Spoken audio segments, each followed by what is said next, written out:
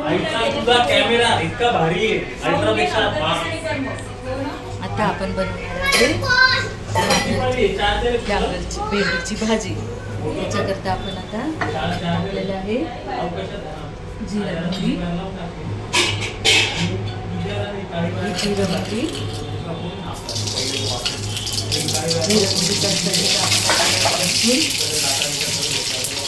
लसूण टाकला कांदा टाकला त्याच्यामध्ये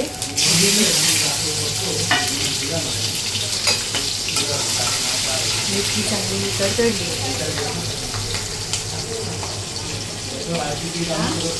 त्याच्यामध्ये आपल्याला टाकायची आहे हळद. आपण टाकणार आहे हळद,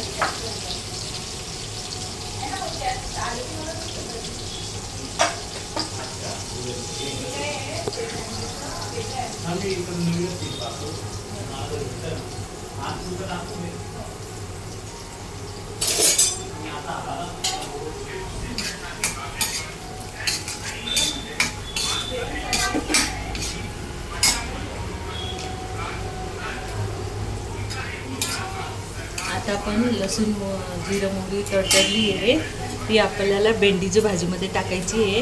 पण वेदश्रीला फिक्की मिरची काढायची, मिरची टाकली का ती खात नाही, म्हणून आपण काय करू, भेंडीची भाजी शिजवल्यानंतर आपण त्याच्यामध्ये ही मिरची लसूण ॲड करू.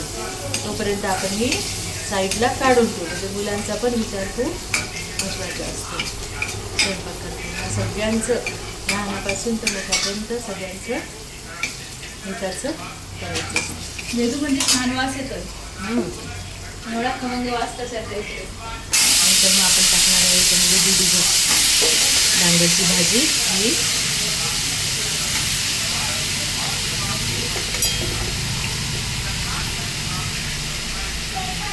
त्याच्यामध्ये टाकणार आहे आपण आता मीठ.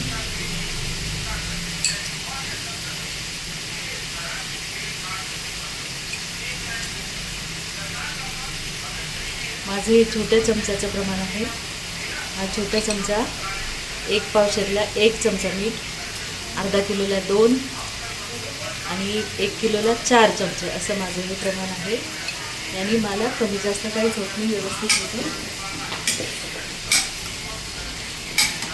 जास्त मीठ पण खाणं